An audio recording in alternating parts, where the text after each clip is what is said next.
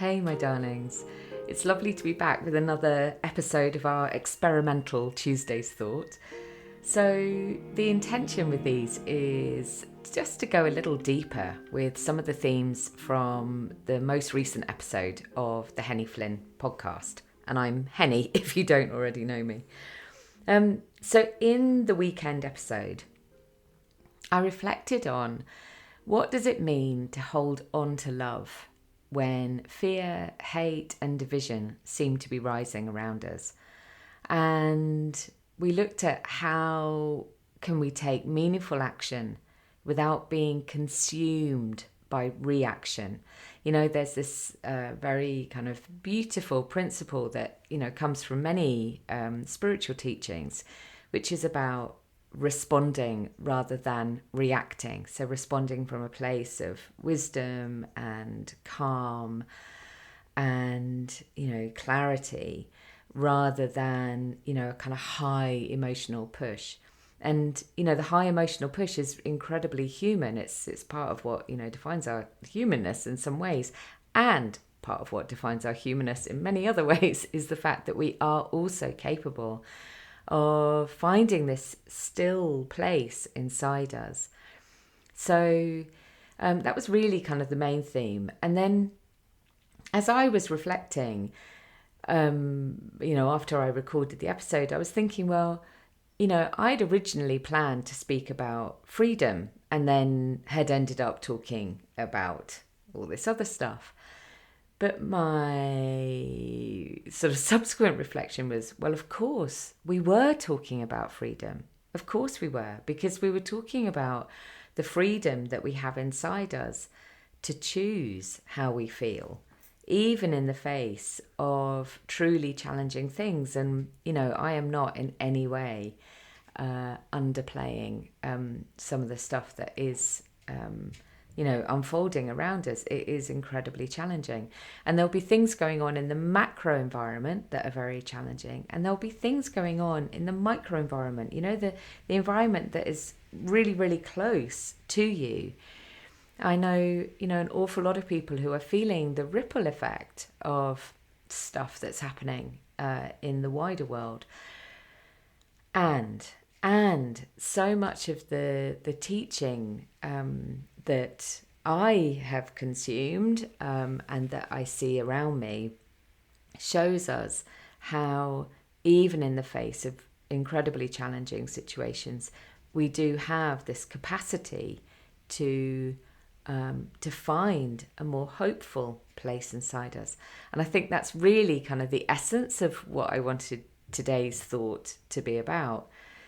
Hope is the thing that helps us not only hold space for all of the challenging stuff, but also find a way through it. And as I've been opening up, ever more widely to hope, I've felt many hopeful things, even just in the few days since doing that episode. I've seen a number of examples of young men sharing poems or songs about unity and connection, and really using their platform, their social media platform, to amplify those messages. I've also watched a friend, again on social media, it's not all bad, is it?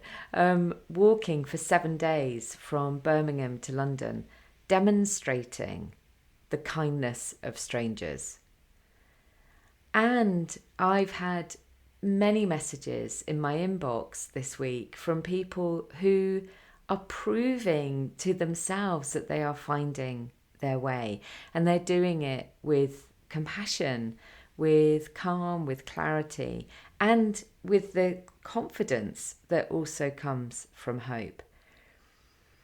I remember talking to my husband about hope. I was sort of doing quite a lot of work for myself around hope, and I was running a course, I think, around hope. And one of the things my husband said was, well, without hope, we're hopeless. And gosh, we know the feeling of that word, hopeless. That is so weighted. And yet we also know the feeling of the word hopeful. hopeful, full of hope. With hope, we are hopeful.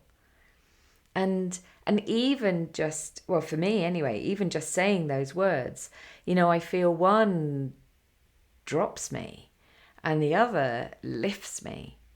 And all of the conditions around me are exactly the same in those, specific moments. Nothing else has changed apart from my internal weather. And so, I feel that there is something incredibly powerful here about really holding on to hope.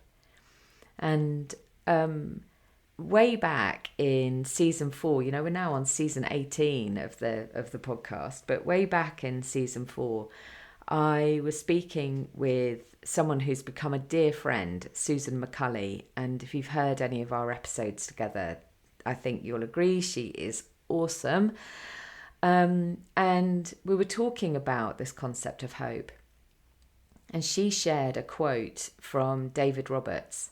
And the quote is, "Hope isn't about the future as much as it is about the present." I'm going to say that again. Hope isn't about the future as much as it is about the present. I really love that. Because what that speaks to is that feeling that I was just describing in my body. When I feel hopeful, my body is different right now. The thing that I'm hopeful about might not yet have come to pass, but I'm preparing for it internally. And I think that is one of our most powerful defenses against people who don't yet understand, who haven't yet found their way to seeing that actually when we respond to the world with love, everything pretty much goes a lot easier. So Susan and I were actually talking during the time of COVID, but many of the reflections in that particular episode feel just as resonant today. So if you want to have a listen to that one, I'm going to put a link in the show notes. And of course, have a listen to the episode, the season 18, episode 2 episode that I've just been talking about, where I was, where we looked at, love is the way, and how to navigate some of the more challenging things in the world right now. And I'm going to leave you with a reflective question, which you might wish to journal about, or just, let it wander around in your brain for a little while. And the question is, what makes you hopeful? And if you feel doubt, or your inner cynic or your inner critic come in, or fear or anger, that's okay. We can welcome them and we can let them know there is room within us for all of them too. And we can ask the question again, what makes you hopeful? All right, my darlings. I will see you at the weekend with another episode of the Henny Flynn podcast. And if you don't yet subscribe, then please do. And I'll see you next week with another episode of Tuesday's Thought, this experimental, reflective episode. All right, loves, have a beautiful week ahead.